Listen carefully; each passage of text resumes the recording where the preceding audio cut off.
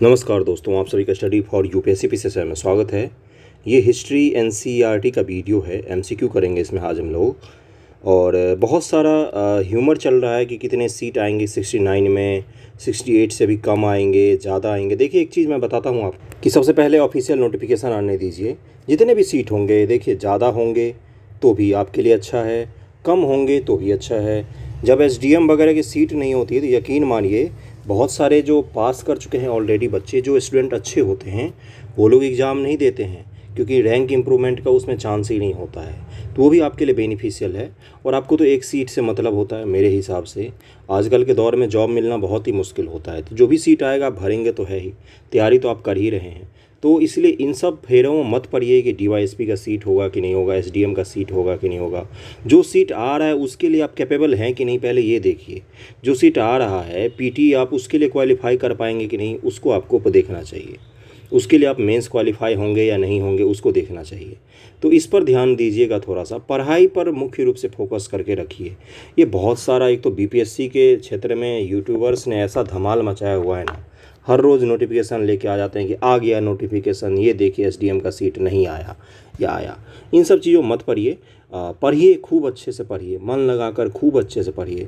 अपने चैनल पर सिर्फ और सिर्फ कंटेंट ही अपलोड होता है। बकवास की वीडियोज़ मैं ना तो बनाता हूँ, ना मेरे पास उतना समय रहता है। चलिए शुरू करते हैं अपने वीडियो को। अंत तक देखिएगा। हिस्ट्री का वीडियो है, काफ़ी लंबा होगा आज थोड़ा सा, और बहुत अच्छे सवाल होंगे। पहला सवाल क्या है कि पुर्तगालियों ने जब गोवा पर अधिकार किया तब वाइसराय अल्फांसो डी अल्बुकर्क था। दूसरा क्या है कि 16वीं सदी के आरंभ में पुर्तगालियों ने फारस की खाड़ी में स्थित हॉर्मुज से लेकर मलाया में स्थित मलक्का तक एशिया के पूरे समुद्र तट पर कब्जा कर लिया। अगला क्या है, दक्षिण भारत के तटीय क्षेत्रों में कब्जा करने के कारण पुर्तगालियों को मुगलों के साथ संघर्ष करना पड़ा। तो इसका आंसर क्या हो जाएगा? 1 और 2 केवल सत्य दिए हुए हैं, तीसरा स्टेटमेंट गलत दिया हुआ है। दक्षिण भारत के तटीय क्षेत्रों में मुगलों का क्या लेना देना उससे? दक्षिण भारत के तटीय क्षेत्रों, वहाँ के लोकल शासक थे। मुगलों का कभी दक्षिण भारत के तटीय क्षेत्रों तक शासन नहीं पहुँचा। तो इसलिए तीसरा स्टेटमेंट तो गलत ही हो जाएगा। इसको आप आसानी से एलिमिनेट कर सकते थे। तीसरा को हटा देंगे तो पहला और दूसरा आंसर हो जाएगा। क्या है कि 1510 में गोवा पर अधिकार कर लिया फ्रांसीसियों ने। तब उसमें वाइसराय अल्फांसो डी अल्बुकर्क था।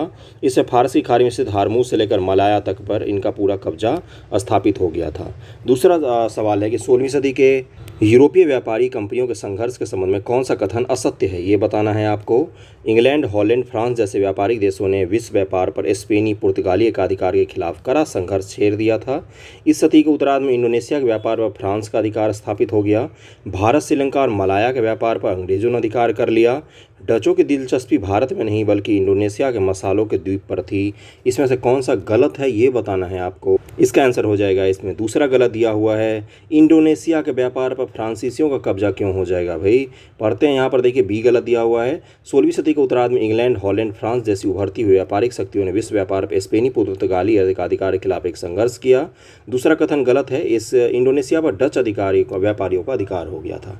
इंडोनेशिया पर किनका हो गया था? तो डच लोगों का अधिकार हो गया था। कौन सा अंग्रेज अधिकारी 1615 में जहांगीर से मिलकर मुगल साम्राज्य के सभी भागों में व्यापार करने और फैक्ट्रियां खोलने के अधिकार वाला एक शाही फरमान जारी करने पर सफल रहा था? तीसरा टॉमस रो था, जिसको सफलता प्राप्त हुई थी। हॉकिंस पहले आया था लेकिन उनको सफलता नहीं मिल पाई थी। ईस्ट इंडिया कंपनी ने अपनी पहली फैक्ट्री को किस स्थान पर स्थापित किया था? सूरत में स्थापित किया था। ये सब बोनस सवाल होते हैं, बहुत ही आसान सवाल है। इन सब सवालों में गलती मत कीजिएगा। अंग्रेजों ने बम्बई को फ्रांसीसियों से प्राप्त किया। अंग्रेजों ने दक्षिण भारत में अपनी पहली फैक्ट्री कोचीन में स्थापित की थी। 5 का आंसर क्या हो जाएगा? दोनों स्टेटमेंट गलत दिए हुए हैं। डी आंसर हो जाएगा 5 का, दोनों गलत दिया हुआ है। पढ़ते हैं यहाँ पर क्या है कि जब इंग्लैंड के सम्राट चार्ल्स द्वितीय ने एक पुर्तगाली राजकुमारी से शादी की तो पुर्तगालियों ने उसे बम्बई का द्वीप दहेज में दिया था। बम्बई को दहेज में दे दिया था पुर्तगालियों ने अंग्रेजों को। बम्बई के रूप में अंग्रेजों को एक बड़ा, आसानी से रक्षा कर सकने वाला योग्य बंदरगाह प्राप्त हुआ। 1668 में ईस्ट इंडिया कंपनी ने ब्रिटिश सरकार से बम्बई का द्वीप प्राप्त किया। अंग्रेजों ने दक्षिण में अपनी पहली फैक्ट्री मुसलीपट्टनम में 1611 में स्थापित की थी। अगले सवाल पर चलते हैं कि 1686 में औरंगजेब द्वारा अंग्रेज व्यापारियों को बंगाल स्थित उनकी फैक्ट्रियों से खदेड़ने का प्रमुख कारण क्या था? देखिए, औरंगजेब ने क्या किया था, बंगाल में जो अंग्रेजों की फैक्ट्री थी वहाँ से उनको मार के भगा दिया था। उसका कारण पूछा है। अंग्रेजों का बंगाल के नवाब के साथ संघर्ष, अंग्रेज अधिकारी का मुगल राज दरबारों के षड्यंत्र में शामिल होना, अंग्रेजों द्वारा हुगली को तहस नहस कर मुगल साम्राज्य के खिलाफ युद्ध की घोषणा करना, अंग्रेजों का मराठाओं के साथ मैत्रीपूर्ण संबंध। इसका कारण क्या था? सी आंसर हो जाएगा। हुगली को तहस नहस कर मुगल साम्राज्य के खिलाफ युद्ध की घोषणा की थी 1668 में। अंग्रेजों ने हुगली को तहस नहस किया। उसके बाद औरंगजेब ने इन सबको भगा दिया और ये कहाँ पर गए? तो एक द्वीप है गंगा नदी के मुंह पर, वहाँ पर इन लोगों ने शरण ली थी। 16वीं-17वीं शताब्दी में ईस्ट इंडिया कंपनी के द्वारा स्थापित फैक्ट्री के संबंध में कौन सा कथन सत्य है? अंग्रेजों ने 1651 में उड़ीसा में अपनी फैक्ट्री स्थापित की थी। इन्होंने मद्रास फैक्ट्री के इर्द गिर्द फोर्ट सेंट जॉर्ज का निर्माण किया था। फोर्ट सेंट जॉर्ज, इसका निर्माण मद्रास के आसपास किया था। अब आपको क्या बताना है, इसमें कौन सा सत्य है? देखिए, एग्जामिनेशन में मैं आपको एक चीज़ बताता हूँ, आप प्रेशर में रहेंगे और ये अभी से आदत डालिए। किन चीज़ों की आदत डालना? सवालों को पूरा पढ़ना, सत्य और असत्य पूछा इनको। बहुत सारे मेरे स्टूडेंट ऐसे हैं जो मुझे एग्ज़ाम देने के बाद सर पीटते हुए कॉल करते, सर सत्य और असत्य के चक्कर में 4 क्वेश्चन गलत कर दिया। ऐसी गलतियाँ मत कीजिएगा। डेट को, जो कोई डेट लिखा रहे, मान लीजिए 1651 लिखा है या 1652 लिखा है, 1632 लिखा है, स्टेटमेंट वाले सवाल जब आने शुरू होंगे नेगेटिव मार्किंग के साथ, तो बारीकी से पढ़ना सीखिए थोड़ा सा, नहीं तो आप वहाँ पर आता हुआ सवाल गलत कराएंगे। आप तो खुश होंगे कि मैंने सवाल सही कर दिए, फिर जब रूम पर देखेंगे उस सवाल को तो आपको लगेगा कि ये कौन सा ब्लंडर मिस्टेक कर दिया। इसलिए हर एक सवाल को पूरा पढ़कर, कंप्लीट पढ़कर उसके बाद आंसर लगाना चाहिए। 120 मिनट एनफ होते हैं 150 सवाल सॉल्व करने के लिए एग्जामिनेशन में। 2 घंटा बहुत होता है। यकीन मानिए 1 घंटा 15 मिनट में आप 150 से ज़्यादा सवालों को हल कर देंगे। इतना स्पीड आपका बन जाएगा एग्जामिनेशन से पहले। ओके, अगले सवाल पर चलते। इसका आंसर क्या हो जाएगा? इसका आंसर हो जाएगा बी, केवल और केवल 2 सही दिया हुआ है। पहला कथन असत्य है। कंपनी ने उड़ीसा में 1633 में अपनी फैक्ट्री स्थापित की थी। यहाँ पर क्या लिखा हुआ है? 1651 लिखा। अब पता चला मैंने क्यों बोला डेट, समझ में आ गया गलत हो जाता कि नहीं। आपको ये पता हो सकता है कि अंग्रेजों ने उड़ीसा में अपनी फैक्ट्री की स्थापना की थी, लेकिन इससे यहाँ पर आप गलती कर बैठेंगे। ओके, इसका आंसर क्या हो जाएगा? बी हो जाएगा। अगले सवाल पर चलते हो हम लोग। अगला सवाल क्या है? फ्रांसीसी ईस्ट इंडिया कंपनी के संबंध में कौन सा कथन असत्य है? देखो भाई, असत्य पूछा है। फ्रांसीसी ईस्ट इंडिया कंपनी ने भारत में व्यापार अंग्रेजों के बाद शुरू किया। ये तो सत्य है भाई, अंग्रेजों के बाद आए। फ्रांसीसी ईस्ट इंडिया कंपनी पूरी तरह फ्रांस की सरकार के से स्वतंत्र थी। फ्रांस के सरकार से पूरी तरीके से स्वतंत्र थी फ्रांस की ईस्ट इंडिया कंपनी। आपको लगता है ऐसा? अगर ऐसा कुछ होता तब तो वो सबसे आगे होती। देखते हैं, इसका असत्य पूछा है हम लोगों से, बी ही असत्य होगा। पूरी तरीके से स्वतंत्र नहीं थी, इसको बहुत सारे फैसले वहाँ के सरकार से पूछ कर लेने पड़ते थे। और फ्रांसीसियों की विफलता का सबसे बड़ा कारण हम क्या पढ़ते हैं कि उस पर सरकारी बाधाएं बहुत सारी लदी हुई थी, जबकि ईस्ट इंडिया कंपनी जो थी उस पर कोई बाधा नहीं थी, वो अपने फैसले स्वतंत्रता से लेती थी। भारत में ब्रिटिश राजनीतिक सत्ता का आरंभ किस युद्ध से माना जाता है? ब्रिटिश राजनीतिक सत्ता का आरंभ पूछ रहा है आपसे। पॉलिटिकल पावर कब से शुरू हुआ है ब्रिटिशर्स का? बक्सर के युद्ध, पानीपत के तीसरे युद्ध, प्लासी के युद्ध। तो आंसर हो जाएगा प्लासी के युद्ध से शुरुआत मानी जाती है 1757। प्लासी कहाँ पर है वर्तमान में, ये आपको पता होना चाहिए। अब अगला सवाल पढ़ते हैं कि 1717 में मुगल सम्राट ब्रिटिश ईस्ट इंडिया कंपनी को दिए गए शाही फरमान से कौन सा अधिकार प्राप्त हुआ? ये फर्रुखसियर ने दिया था। कंपनी को बिना कर चुकाए बंगाल से अपने सामान का आयात निर्यात की छूट प्राप्त हो गई। अगला है कि भारतीय व्यापारी एवं कंपनी के कर्मचारियों के निजी व्यापार के लिए कर की एक दर एक समान थी। कलकत्ता से होने वाले व्यापार पर कर वसूलने का अधिकार कंपनी को प्राप्त हो गया। तीनों स्टेटमेंट पढ़ लिया। दूसरा वाला अगर नहीं समझ में आ रहा मैं फिर से बोलता, भारतीय व्यापारी और एवं कंपनी के कर्मचारी दोनों के लिए कर एक ही देना था, निजी अगर व्यापार करेंगे तो। अब इसका आंसर देखते हैं क्या दिया हुआ है। 1 2 2 3 1 3 1 2 3। इसका आंसर हो जाएगा केवल और केवल 1 और 2 सही है, तीसरा गलत दिया हुआ है। अब पढ़ते हैं इसमें कौन सा इसका एक्सप्लेनेशन। केवल पहला व दूसरा कथन ही सत्य है। 1717 मुगल सम्राट एक शाही फरमान के द्वारा अंग्रेजों को बहुमूल्य विशेषाधिकार देते हैं। इसको मैग्ना कार्टा भी कहा जाता है। ओके, मैग्ना कार्टा मतलब होता है, चलिए छोड़िए आगे बढ़ते हैं। ये देखिए, मैग्ना कार्टा इसलिए कहा जाता है, मैग्ना कार्टा का मतलब बहुत बड़ी बैलगाड़ी, इस तरह से समझिए सामान्य भाषा में। सामान लाद के दे दिया कि पूरी छूट दे दी अंग्रेजों को इसके बाद, तो इसलिए उनके डील में इसको मैग्ना कार्टा कहा जाता। और भी बहुत सारा चीज़ें उनको दिया गया था। तो ये 1717 मुगल सम्राट ने दिया था और इसमें बहुत सारी छूट दी, जिसके बाद अंग्रेजों को और ज़्यादा सह मिली बंगाल में व्यापार करने का, बहुमूल्य विशेषाधिकार मिले। इस फरमान के अनुसार कंपनी को बिना कर चुकाए बंगाल से अपने सामान आयात निर्यात करने की आज़ादी प्राप्त थी। इन मालों की आवाजाही पर पर पास या दस्तक जारी करने का अधिकार था। कंपनी के कर्मचारियों को भी निजी व्यापार की छूट थी, हालांकि उनको फरमान की सुरक्षा प्राप्त न थी। उनको वही कर देने पड़ते थे जो भारतीय व्यापारियों को देने पड़ते थे। ओके, अगले सवाल पर चलते हैं हम लोग। प्लासी के युद्ध के प्रमुख कारण कौन कौन से थे? कंपनी के द्वारा कलकत्ता की किलेबंदी करना। प्लासी का युद्ध अगर आपने नहीं पढ़ा है और आप एग्जाम देने जा रहे हैं तो यकीन मानिए आप घनघोर पाप कर रहे हैं। प्लासी का युद्ध, 1857 का स्वतंत्रता संग्राम, उसके बाद से पानीपत का युद्ध, और जितने भी युद्ध हुए महत्वपूर्ण भारत में उनको जरूर पढ़ कर जाइएगा। 1 से 2 सवाल वहाँ से पूछेगा ही पूछेगा आपसे। कलकत्ता आने वाले भारतीय माल पर कंपनी के द्वारा भारी महसूल कर लगाना। सिराजुद्दौला के द्वारा कासिम बाजार के अंग्रेजी फैक्ट्री पर कब्जा करना। 11 का आंसर क्या हो जाएगा? कौन कौन सा इसका कारण था? इसका आंसर हो जाएगा तीनों के तीनों ही कारण थे, डी आंसर हो जाएगा। अगले सवाल पर चलते हैं। प्लासी का युद्ध जाके पढ़िएगा, ये मैं नहीं पढ़ाऊंगा, अगर नहीं पढ़ा है तो आपको पढ़ना पड़ेगा। प्लासी के युद्ध के बाद ईस्ट इंडिया कंपनी को भारत के किन क्षेत्रों पर मुक्त व्यापार का निर्विवाद अधिकार प्राप्त हो गया? बंगाल, उड़ीसा, अवध, संयुक्त प्रांत। बताइए कौन कौन सा होगा इसका आंसर? तो 12 का आंसर क्या हो जाएगा? केवल और केवल 1, 2। देखिए, बंगाल, बिहार, उड़ीसा तीनों एक ही जगह थे उस समय, तीनों मतलब एक ही राज्य में सम्मिलित थे, तो इसलिए इन्हीं एरिया में उनको मुक्त व्यापार का पूरी अधिकार प्राप्त हो गया था। ओके, प्लासी के युद्ध के बाद अंग्रेजों ने मीर जाफर को बंगाल का नवाब घोषित किया। फिर उसने अपना इनाम मांगने लगे। कंपनी को बंगाल, बिहार, उड़ीसा मुक्त व्यापार का निर्विवाद अधिकार मिल गया। कंपनी को कलकत्ता के पास 24 परगना की ज़मीन भी दे दी गई थी। ओके, अगले सवाल पर चलते हैं। इसके बाद मुझे ज्योग्राफी का भी वीडियो फिर से रिकॉर्ड करना है, तो थोड़ा सा वीडियो को लाइक कर दिया कीजिए, शेयर कर दिया कीजिए। जब अच्छे खासे लोग देखते हैं तो मनोबल बढ़ता है वीडियो और भी लाने का। जब नहीं देखते हैं तब लगता है ठीक है यार, मत देखिए, अपना काम चल रहा है, आप मत देखिए। तो इस चीज़ को समझिएगा, साइकोलॉजी होता है, किसी भी इंसान की साइकोलॉजी यही होती है। तो शेयर कर दिया कीजिए, थोड़ा सा वीडियो को देखा कीजिए, आपके लिए ही बहुत है ये। ओके, पहला सवाल क्या है? पहला स्टेटमेंट, मीर जाफर के बाद अंग्रेज़ों ने मीर कासिम को बंगाल का नवाब बनाया था। आपको लगता है मीर जाफर के बाद मीर कासिम को बनाया था? मीर कासिम ने बंगाल में आंतरिक व्यापार पर लगने वाले सभी महसूल कर ख़त्म कर दिए। मीर कासिम ने यूरोपीय तर्ज पर एक आधुनिक और अनुशासित सेना खड़ी करने का प्रयास किया। मीर कासिम मीर जाफर की तुलना में थोड़ा सा समझदार शासक था। उसको बोला जाता है कि उसके सर पर कांटों भरा ताज सजाया गया था, और मीर कासिम ने काफ़ी कुछ सुधार भी करने की कोशिश की। अब इसके कारण फिर उसको हटाकर किसको लाया जाता है? पहले मीर जाफ़र को हटाकर मीर कासिम को, फिर मीर कासिम को हटाकर मीर जाफ़र को लाया जाता है। ओके, अब देखते हैं इसका आंसर क्या है। इसका आंसर क्या हो जाएगा? तीनों का तीनों स्टेटमेंट सही दिया हुआ है। ओके, देखिए यहाँ पर लिखा हुआ है, उसने बहुत सारा काम किया था। मीर कासिम 1717 के फरमान का दुरुपयोग रोकने की कोशिश की, क्योंकि कंपनी के नौकर अपने भारतीय मित्रों को दस्तक बेच देते थे।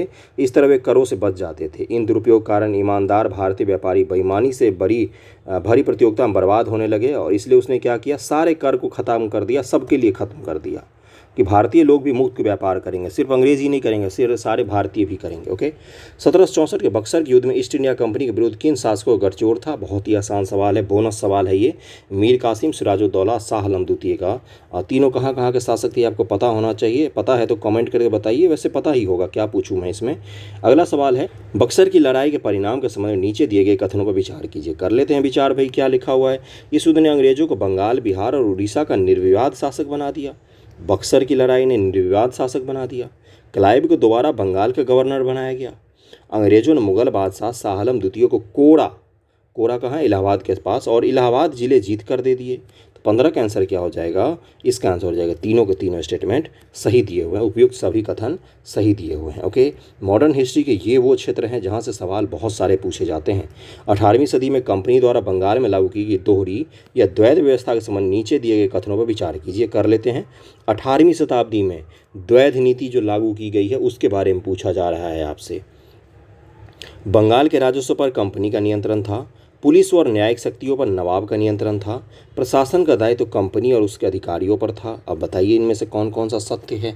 इसी प्रकार के एनालिटिकल सवाल बोलते हैं। आपको लग रहा होगा कि इस प्रकार के सवाल पता नहीं पूछता है कि नहीं बीपीएससी भी इसी में से फैक्ट उठाकर पूछेगा। कॉन्सेप्ट पता होगा। पिछली बार मॉडर्न हिस्ट्री के 6 सवाल ऐसे थे जिसमें फैक्ट नहीं था, सिर्फ और सिर्फ कॉन्सेप्ट थे। अगर आपको पता है तो आप करेंगे, नहीं पता है तो आप नहीं करेंगे। इसलिए ध्यानपूर्वक कीजिएगा। आपको ऐसा ना लगे कि इस तरह के सवाल थोड़ी नहीं पूछता है, वन लाइनर पूछता है। स्टेटमेंट में से ही वन लाइनर भी बनाया जाता है। ओके, अब इसका आंसर देखते हैं क्या दिया हुआ है। सत्य असत्य, पहला सत्य है, बाकी दूसरा तीसरा गलत दिया हुआ है। बक्सर की लड़ाई के बाद 1765 में ईस्ट इंडिया कंपनी बंगाल के वास्तविक स्वामी बन गई। दीवानी के रूप में कंपनी सीधे ही राजस्व वसूलने लगी। अतः पहला कथन सत्य है। दूसरा और तीसरा सत्य है। क्या है कि कंपनी को बंगाल में उप सूबेदार नामांकित करने का अधिकार मिल गया। इस तरह कंपनी का पुलिस और न्यायिक शक्ति और पूरा नियंत्रण स्थापित हो गया। इसी व्यवस्था को दोहरी या द्वैध शासन व्यवस्था कहा जाता है। इस व्यवस्था के अंतर्गत कंपनी का सत्ता पर तो पूरा अधिकार हो गया, जबकि जबकि क्या होगा, जबकि उसके ऊपर कोई जिम्मेदारी नहीं थी। यानी कि शासन, सत्ता, धन, संपदा सब कुछ कंपनी के पास, और जिम्मेदारी किसके पास, तो नवाब के पास। अब करो शासन। इसी को क्या कहा जाता है, द्वैध शासन। ओके, परंतु इसका निर्वाह करने की शक्ति उसके पास थी ही नहीं। किसके पास, नवाब बेचारे के पास। ओके, तो इसका आंसर बता ही दिया था। अगला सवाल है, थोड़ा सा यहाँ पर ब्लर हो गया है, थोड़ा कॉम्प्रोमाइज़ कर लीजिए। बंगाल का प्रशासन की दोहरी व्यवस्था के अंतर्गत कंपनी की लागत पूंजी के संबंध में कौन सा कथन सत्य है। कंपनी की लागत पूंजी के बारे में आपसे सत्य पूछा गया है। देखिए इसमें लिखा हुआ, कंपनी द्वारा सैन्य आधुनिकीकरण में खर्च किया गया धन, कंपनी कर्मचारियों द्वारा निजी व्यापार से अर्जित धन, बंगाल से प्राप्त राजस्व से भारतीय माल खरीदना और इसे विदेश में बेचना, यही सही है। देखिए शुरुआत में क्या हुआ, जब कंपनी आई, ईस्ट इंडिया कंपनी भारत, और बाहर से बहुत सारी कंपनियां, पुर्तगाली आई और बाकी लोग आए, तो यकीन मानिए, सुनिएगा मेरी बातों को ध्यान से, भारत को बहुत ज़्यादा फायदा मिला। भारत से व्यापार बढ़ गया धीरे धीरे, क्योंकि भारत के सामान इंग्लैंड को पूरा पाट दिया भारतीय लोगों ने। इतना बढ़िया सामान बनाते थे हमारे हाथ से बनाने वाले बुनकर लोग। इंग्लैंड में एक कानून पास करके वहाँ पर बैन किया गया भारतीय कपड़ों को। आपको पता है, मसलिन एक वस्त्र होता है, जो छोटी सी अंगूठी जो आप अंगुली में पहनते हैं, उस अंगूठी के छोटे से छिद्र से पूरी की पूरी साड़ी पास हो जाएगी। मसलिन इतना पतला वस्त्र होता है, ये भारत में बनते थे। तो वहाँ पर ब्रिटेन में एक महिला के पास भारतीय रुमाल मिला, इसके कारण उसको दंड देना पड़ गया 200 पाउंड का। तो वहाँ पर रोक लगाएगी भारतीय कपड़ों पर। लेकिन धीरे धीरे क्या हुआ, अंग्रेज़ों ने क्या किया, शोषणकारी नीति शुरू की। उन्होंने बोला कि हम अब बाहर से सोना चांदी लाते हैं, बुलियन जिसको कहा जाता है, और भारत से माल खरीद कर बेचते, इससे हमें फ़ायदा नहीं हो रहा। हम ऐसा करते हैं, भारत से ही पैसा कमाते हैं, उसी पैसे से भारत के ही माल को खरीदेंगे और उसको जाके बेचेंगे हम पूरी दुनिया में। इससे क्या होगा, इससे होगा कि हमें लगाना कुछ भी नहीं पड़ा और अर्जित हमने सब कुछ कर लिया। इसी को क्या कहा जाता है, यही नीति थी उनकी। ओके, कैपिटल को एक्सपेंड करने की। वॉरेन हेस्टिंग्स के समय 1775-1782 तक भारत में ब्रिटिश शक्ति के लिए अशुभ घड़ी थी। इसके प्रमुख कारण कौन कौन से। वॉरेन हेस्टिंग्स के समय अशुभ घड़ी थी, अब इसका कारण पूछा है। अंग्रेज़ों का मराठा, मैसूर, हैदराबाद के निज़ाम के गठजोड़ के विरुद्ध सामना करना, अमेरिकी जनता का अंग्रेज़ों के विरुद्ध विद्रोह करना। 1750 ईस्वी में अमेरिका में थोड़ा सा शुरू हो गया था विद्रोह सब। तो आप एक अंदाज़ा भी लगा सकते हैं कौन सा सही होगा कौन सा गलत। तो 18 का आंसर क्या हो जाएगा, बिल्कुल सही। दोनों के दोनों स्टेटमेंट सही दिया हुआ। क्या ये वर्ल्ड हिस्ट्री से सवाल था? नहीं, ये वर्ल्ड हिस्ट्री से सवाल नहीं था। ये सवाल था आपका मॉडर्न हिस्ट्री से ही। वर्ल्ड हिस्ट्री का सवाल नहीं है ये। आपको कहानी पता होनी चाहिए, ये है ना। तो इसलिए वॉरेन हेस्टिंग्स के काल वगैरह को जब आप पढ़ते हैं तो थोड़ा सा कंपेयर करके पढ़ा कीजिए कि उस समय पूरी दुनिया में क्या क्या हो रहा था। अगले सवाल पर चलते बंधुओं, क्या है, सालबाई की संधि का संबंध किस युद्ध से। बहुत आसान सवाल। प्रथम आंग्ल मराठा रक्त बीज में क्यों कह रहा हूँ, मरते ही नहीं थे वो लोग। तो 1764 ईस्वी में, 1761 में पानीपत की तृतीय युद्ध हुई है अहमद शाह अब्दाली और मराठों के बीच में। 60,000 मराठा सैनिकों को मार दिया गया था वहाँ पर। वो भूखे पेट लड़ रहे थे, फिर भी अहमद शाह अब्दाली को पहले पीछे हटना पड़ गया था। छोटी तोपों के कारण अहमद शाह अब्दाली जीत गया। बड़ी तोप थी मराठों के पास जो घूम नहीं पाती थी तेज़ी से, इस कारण से वो हार गए। 60,000 मराठे मारे गए थे। हिस्ट्री ऑप्शन में अगर आपने कहानी पढ़ा होगा तो वहाँ बहुत सारे हैं, आपको मैं बताता हूँ। थोड़ी सी किस्सा भी सुन लीजिए जिससे इंटरेस्टिंग होगा। MCQ करते करते थक जाएंगे आप। तो 1761 में हारे हैं वो, और फिर 10 से 20 साल बाद इतनी बड़ी शक्ति बन जाते हैं कि 1816 ईस्वी तक, 1816 ईस्वी में शायद तृतीय आंग्ल मराठा होता है, तब तक फिर वो अंग्रेज़ों को पूरे महाराष्ट्र, पूरे भारत में दौरा कर मारते हैं। और टीपू सुल्तान के साथ भी कई बार संधि करते हैं, निजामों के साथ संधि करते हैं। मराठा हारते ही नहीं थे। और मराठा पेशवा, जिनको क्या कहा जाता है, ब्राह्मण क्षत्रिय कहा जाता है। मैं जातिवाद नहीं फैला रहा हूँ, मैं बता रहा हूँ। ब्राह्मण क्षत्रिय पूना के ब्राह्मण होते थे जो शस्त्र में इतने निपुण होते थे कि उनको क्षत्रिय की संज्ञा दे दी गई थी। आपने देखा होगा मूवी वगैरह बड़े बड़े चोटियाँ रखते बाजीराव वगैरह, तो सारे ऐसे ही थे कि कोई भी ज़्यादा दिन जिया ही नहीं। मराठों की सबसे बड़ी जो खामी रही वो पहला था कि वो आपस में उनका फूट पड़ा हुआ रहा हमेशा, एक दूसरे को धोखा बहुत देते थे, चितपावन कुल के ब्राह्मण जो कहलाते हैं आज भी।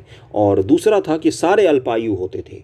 40 साल में बाजीराव की मृत्यु हो गई थी। बाजीराव जो मूवी देखा है आपने, 40 साल वो जिया था मात्र। 40 साल में उसने 40 से ज़्यादा युद्ध जीते थे लगातार। सोचिए कितने बड़े वो लोग पावरफुल थे मराठा लोग, है ना। तो कभी हिस्ट्री पढ़ाऊंगा मैं, तो उसमें डिटेल में हम लोग मराठा वगैरह की बात करेंगे। अभी मैं मोबाइल के स्क्रीन पर कितना सारा आपको समझाऊं। तो सलबाई की संधि देखिए, कुछ कुछ चीज़ों से सवाल बहुत पूछे जाते हैं, जैसे आंग्ल मैसूर सारा आपको पता होना चाहिए। कौन कौन से युद्ध हुए हैं, संधियाँ कौन कौन सी हुई है, स्पेक्ट्रम में दिया हुआ है सारा। आंग्ल मराठा आपको पता होना चाहिए, कौन कौन सी युद्ध हुई है, संधियाँ कौन कौन सी हुई है। आंग्ल कर्नाटक, कार्नेटिक युद्ध जिसको कहा जाता है अंग्रेजी में, कर्नाटक का जो युद्ध है उसमें भी दरअसल में अंग्रेज और फ्रांसीसी लड़ रहे थे, तो उसके भी कौन कौन से संधियाँ हुई ये भी आपको पता होना चाहिए। आंग्ल सिख जो रंजीत सिंह जी की मृत्यु के बाद जो सिखों से लड़ाई होती है, जिसमें लाहौर की संधि होती है, चिलियांवाला की संधि वगैरह होती है, तो वो सब आपको पता होना चाहिए, है ना, क्योंकि वहाँ से सवाल मैच करने के लिए पूछे जाते हैं। और डेट वाइज याद कीजिएगा, डेट वाइज मतलब ईयर वाइज, जिसे कंपेयर करने को बोल दे कौन सा पहले कौन सा बाद में, तो वो भी याद होना चाहिए आपको। अगले सवाल पर चलते हैं। सालबाई की संधि है, ये सब आपको कहानी पता होना चाहिए। आसान आसान सवाल होते हैं ये सब। लॉर्ड वेलेस्ली आ गया, ने भारत में अपने राजनीतिक उद्देश्य को पूरा करने के लिए कौन कौन से उपाय अपनाए थे। सहायक संधि की प्रथा शुरू की थी। खुला युद्ध, पहले से अधीन बनाए जा चुके शासकों के इलाकों को हड़पना। व्यपगत का सिद्धांत डलहौजी का था या लॉर्ड वेलेस्ली का था, याद कीजिए एक बार, दिमाग पर जोर डालिए। आसान सवाल है। 20 का आंसर क्या हो जाएगा, 1 2 3 सही है। व्यपगत का सिद्धांत तो इसका था ही नहीं, 1 2 3 सही हो जाएगा। अगले सवाल पर चलते हैं कि सहायक संधि प्रणाली के संबंध में कौन सा कथन असत्य है, ये बताना है आपको। असत्य कथन है, इस प्रथा में शामिल सहयोगी राज्यों को ब्रिटिश सेना अपने राज्य में रखनी पड़ती थी। इस प्रणाली में शामिल देशी राज्य किसी पड़ोसी राज्य से कूटनीतिक संबंध बनाने तथा विदेशी विशेषज्ञ रखने का अधिकार खो देता था। सहायक संधि प्रथा में सुरक्षा प्राप्त राज्य की सेनाएं भंग कर दी गई थी। मैसूर के टीपू सुल्तान ने सहायक संधि के तहत सेना खर्च के लिए अपने राज्य का एक भाग कंपनी को दे दिया था। असत्य पूछा गया है आपसे। 21 का आंसर क्या हो जाएगा, डी। मैसूर के टीपू सुल्तान जो है वो उसने बोला था कि ज़िंदगी जब तक जीऊँगा शेरों के जैसे जीऊँगा, गीदड़ के जैसे नहीं जीऊँगा, मर जाऊँगा लेकिन सहायक संधि स्वीकार नहीं करूँगा, किसी की अधीनता स्वीकार नहीं करूँगा। और वेलेस्ली के समय में ही उसकी मृत्यु हुई थी बेचारे की, तो इसलिए इसका आंसर क्या हो जाएगा, डी हो जाएगा। डी गलत दिया हुआ है। ओके, अगले सवाल पर चलते हैं हम लोग। क्या है अगला सवाल कि अंग्रेजों ने किस मराठा सरदार से राजघाट की संधि की थी। तो इंदौर के होलकरों से राजघाट की संधि की थी। लॉर्ड वेलेस्ली के सहायक संधि को सबसे पहले किस शासक ने स्वीकार किया था। तो हैदराबाद का निजाम था जिसने सबसे पहले स्वीकार किया था। लॉर्ड वेलेस्ली 1798 से 1800 में हैदराबाद के निजाम ने सर्वप्रथम सहायक संधि पर हस्ताक्षर किया। अंग्रेजों ने भारत पर रूसियों के आक्रमण के भय से किस राज्य का अधिग्रहण कर लिया था। तो ये राज्य था सिंध वर्तमान का कराची और पाकिस्तान का बहुत सारा भाग है। निम्नलिखित में किसने राज्य विलय का सिद्धांत डॉक्ट्रिन ऑफ लैप्स को लागू किया था। लॉर्ड डलहौजी ने लागू किया था डॉक्ट्रिन ऑफ लैप्स को।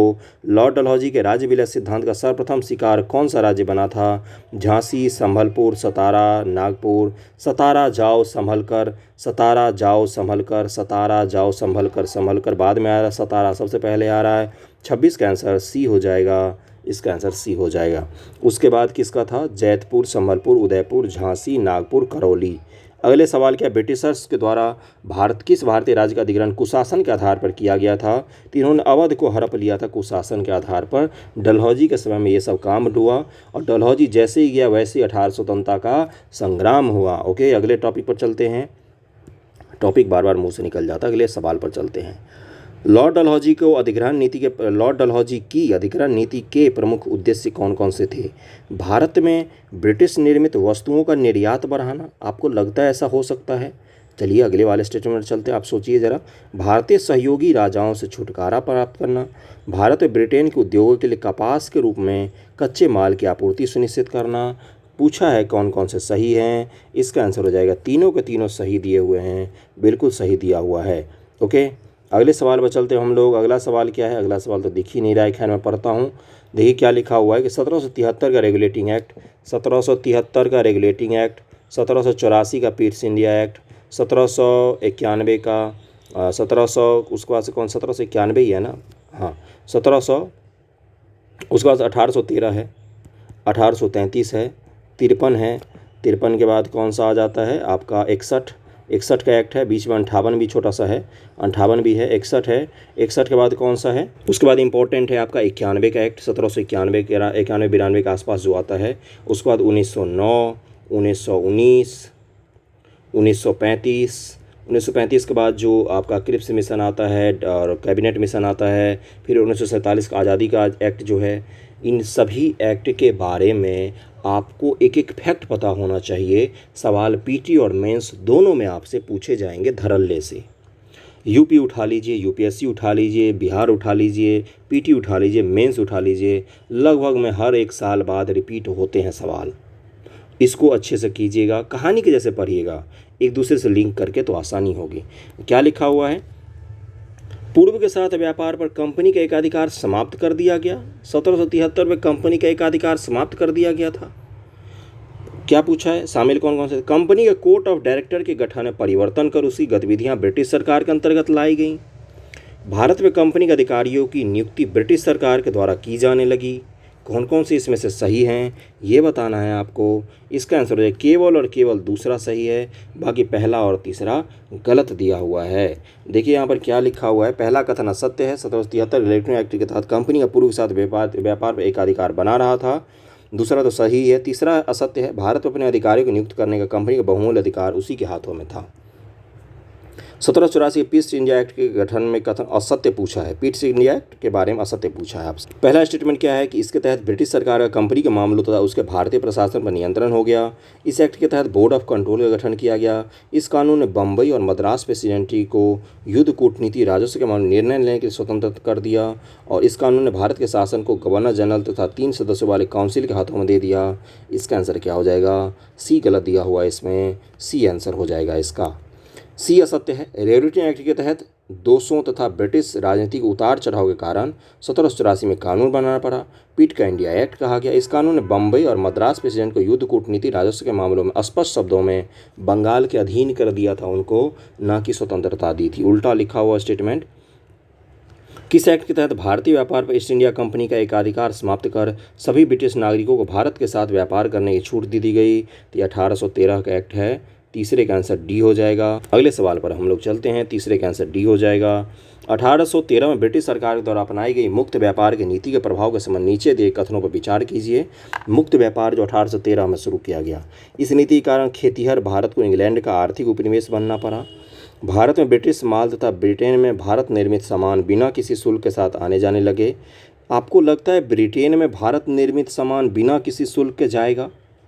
सोचिए ज़रा, अगर बिना किसी शुल्क के जाएगा तो हमारे सामान इतने अच्छे होते थे कि वहाँ पर धड़ल्ले से सब लोग खरीदते।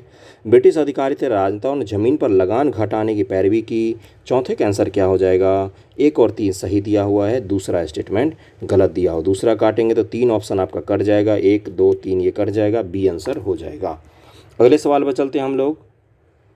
अगला सवाल क्या है कि भारत में प्राचीन तार लाइन का आरंभ कलकत्ता और आगरा के बीच किया गया था।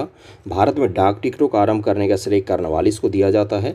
5 का आंसर क्या हो जाएगा? 5 का आंसर हो जाएगा केवल पहला सही है, क्योंकि डाक टिकट किसके समय में शुरू हुआ था? डलहौजी के समय में शुरू किया गया था। डलहौजी के समय में शुरू किया गया था। ओके, अगला क्या है, भारत में रेलवे लाइन का विकास किस गवर्नर जनरल के काल में हुआ था? तो लॉर्ड डलहौजी के काल में हुआ था। बहुत बार ये सवाल पूछा है। 19वीं शताब्दी में भारत में रेलवे के विकास के प्रमुख उद्देश्य कौन कौन से? ब्रिटिश पूंजीपतियों को लाभ पहुंचाना, बिल्कुल सही है। भारतीय जनता का आर्थिक एवं राजनीतिक विकास करना। हमारा विकास क्यों करेंगे वो शोषणकारी लोग? तो दूसरा को काट दीजिए, दूसरा कट गया। भारत वस्तुओं के आंतरिक आवागमन को प्रोत्साहित करना, बिल्कुल भी नहीं, वो कुछ भी अच्छा नहीं सोच कर आए थे। केवल और केवल पहला सही हो जाएगा, बाकी दोनों गलत दिया हुआ है। भारत में इस्तेमारी बंदोबस्त का आरंभ किसके प्रशासन काल में हुआ था? ये लॉर्ड कार्नवालिस के समय में शुरू किया गया था। जमींदारी व्यवस्था मैम ने पढ़ाया था आप लोगों को, डिटेल में पता होना चाहिए। भारत में इस्तेमारी अस्थायी बंदोबस्त का आरंभ किस प्रांतों से किया गया था? बंगाल और बिहार से शुरू किया गया था, और उत्तरी कर्नाटक के जिलों में भी इसको लागू किया गया था। जमींदारी व्यवस्था इसी कहा जाता है। इस्तेमरारी अस्थायी व्यवस्था के संबंध निम्न से कौन सा निम्न कथनों पर विचार कीजिए। जमींदारों और मालगुजारों को भूस्वामी बना दिया गया। रैयत किसानों द्वारा लगान सीधे सरकार को दिया जाता था। कर लगान के रकम को हमेशा के लिए निश्चित कर दिया गया। 10 का आंसर क्या हो जाएगा? 1 और 3 सही है, दूसरा गलत दिया हुआ। सीधे सरकार नहीं देते थे, बीच में जमींदार आ जाते थे। ओके, अगले सवाल पर चलते हैं। ब्रिटिशर्स के द्वारा भारत के दक्षिण और दक्षिण पश्चिम क्षेत्र में रैयतवारी व्यवस्था को लागू करने का प्रमुख कारण कौन सा था? दक्षिण और दक्षिण पश्चिम में रैयतवारी को लागू किया गया, उसके पीछे कारण पूछा गया है आपसे। ऐसे सवाल सिर्फ और सिर्फ एनसीईआरटी में ही मिलते हैं आपको। इन क्षेत्रों में बड़ी जागीरों वाले जमींदारों का अभाव था। इस्तेमरारी बंदोबस्त की प्रथा में कंपनी को वित्तीय रूप से घाटा, और अगला क्या है? आर्थिक रूप से पिछड़ा हुआ क्षेत्र था ये। अब इसका आंसर आपको बताना है। इसका आंसर क्या हो जाएगा? इसका आंसर हो जाएगा बी। 1 और 2 सही दिया हुआ है, तीसरा स्टेटमेंट गलत दिया हुआ है। ब्रिटिशर्स ने भारत के दक्षिण और दक्षिण पश्चिम क्षेत्र में कर की एक नई व्यवस्था लागू की, जिसे रैयतवारी बंदोबस्त कहते हैं। ब्रिटिश अधिकारियों का मत था कि इस क्षेत्र में बड़ी जागीर वाले ऐसे जमींदार नहीं हैं जिनके साथ मालगुजारी के बंदोबस्त किए जा सकें, और इसलिए वहाँ जमींदारी प्रथा लागू करने के लिए स्थिति उलट पुलट हो जाएगी। इसलिए वहाँ पर उन्होंने कौन सी लागू की? रैयतवारी व्यवस्था लागू की थी। अगले सवाल पर चलते हैं, वो थोड़ा सा ब्लर हो गया है। इस व्यवस्था में मालगुजारी का बंदोबस्त अलग अलग गांवों या जागीरों के आधार पर उन जमींदार या उन परिवार के मुखियाओं के साथ किया गया जो सामूहिक रूप से उस गाँव या जागीर के भूस्वामी होने का दावा करते थे। किसी आदमी पर कर नहीं लगाया गया, बल्कि पूरे गाँव पर ही कर लगाया गया। इसको महालवारी कहते हैं। महाल का मतलब क्या होता है? महाल का मतलब होता है गाँव। महालवारी मैकेंजी ने इसको लागू किया था। तो इसका आंसर क्या हो जाएगा? 13 का डी आंसर हो जाएगा। देखिए यहाँ पर लिखा हुआ है, गंगा के दोआब में पश्चिमोत्तर प्रांत में मध्य भारत के कुछ भागों में पंजाब में जमींदारी प्रथा का एक संशोधित रूप लागू किया गया था, जिसे महालवारी प्रथा कहा जाता है। आपने लगान मूवी देखी है? 3 गुना लगान देना पड़ेगा तुमको, ऐसे ही बोल रहा था ना कि 3 गुना लगान लेंगे हम तुमसे। क्रिकेट में हार जाओगे तो जीत जाओगे तो सब माफ़ कर देंगे, नहीं तो 3 गुना लगान लेंगे। तो वही वाला था, पूरे गांव से लगान वसूली किया जाता था। याद आया मूवी देख के? तो वही व्यवस्था है महालवारी। ओके, अगला सवाल क्या है? ब्रिटिश भू राजनीतिक नीतियों के संबंध में नीचे दिए कथनों पर विचार कीजिए। कर लेते हैं भाई। अस्थायी तथा रैयतवारी बंदोबस्त देश की परंपरागत भूमि प्रथाओं से मूलतः भिन्न थी। ब्रिटिशर्स ने भूमि को बेचने, गिरवी रखने और हस्तांतरित की जा सकने वाली वस्तु बना दिया। बेचने, गिरवी रखने, हस्तांतरित की जाने वाली वस्तुएं बना दिया ब्रिटिशर्स ने भूमि को। अब ये पूछा है आपसे कि विचार कर लिया, अब बताओ इसमें से कौन सा सत्य है? तो इसका आंसर हो जाएगा दोनों का दोनों स्टेटमेंट सत्य दिया हुआ है। यहाँ पर बहुत सारे एमसीक्यू हमने कर लिए। 31 मिनट का वीडियो हो गया। बाकी आप मेंस का भी साथ साथ में पढ़ते रहिए, नोटिफिकेशन भी जल्द ही आ जाएगा आपका। ओके, वीडियो कैसा लगा ज़रूर बताइएगा। थैंक यू सो मच आप सभी का।